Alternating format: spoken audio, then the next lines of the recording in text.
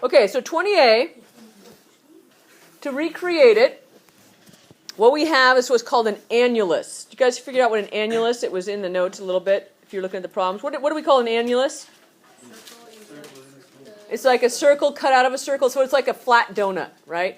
That's what an annulus is. And on this annulus, we're going to cut off a chunk of it on the top. We're going to lop the top right off. And the question is, what is the area of the shaded region? Okay? So, strategies. We want to figure out how to get that shaded area. What area are we going to start with? The area of the big circle. Good. And then what?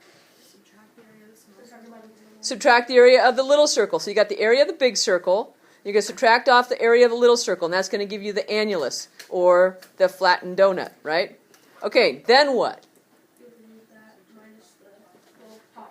Right, then you have to lop off that top part. Okay, so that's going to be a little bit tricky. So how do we do that? Well, think about that as like a piece of pizza, right? You got your sector, but then you're going to subtract from that little triangle. So see you got the whole sector up there, but then if you lop off the triangle, you'll be left with that little region. Once you know what that region is, you can subtract it from your annulus. See, like a 5-step problem here? Okay, so let's try it. Here we go. So it's the whole sector minus that triangle. Then we just got to find each of these little individual areas. Finding the areas isn't the hard part. It's kind of conceiving of how you're going to go about what bites you're going to take off and how big are they. Okay, so here we go. So number one, first of all, you see the outer circle has a radius of 12, so that's going to be 144 pi r squared. Okay, 144 pi for the outer circle. Then you're going to subtract off the inner circle, which is what? 36 pi. Okay, good. So a total of 108 pi.